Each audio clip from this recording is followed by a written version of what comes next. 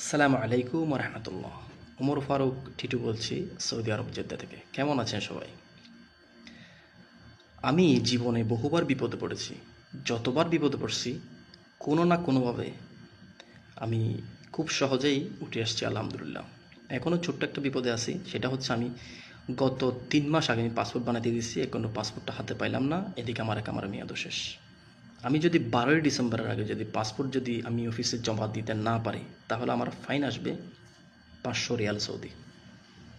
এখন Jeddah consulate আমি phone দিছি, তারা বলল যে আপনি 1 বছরের মেয়াদ বাড়িয়ে যান, আগে একামাটা বাড়ায় যাক, তারপরে আপনি পাসপোর্টটা নিয়ে যান। সো সেটাই করবো ইনশাল্লাহ। সকলে দোয়া করবেন। আর যারা বর্তমানে চিন্তা করছেন যে 1 বছরের পাসপোর্ট বাড়িয়ে আপনি দেশে যাবেন, যেতে পারবেন কিন্তু আর সৌদিতে আসতে পারবেন না, ঢুকতে পারবেন না, এই নিয়মটা নতুন, এখন নতুন নিয়ম করছে বাংলাদেশ সরকার।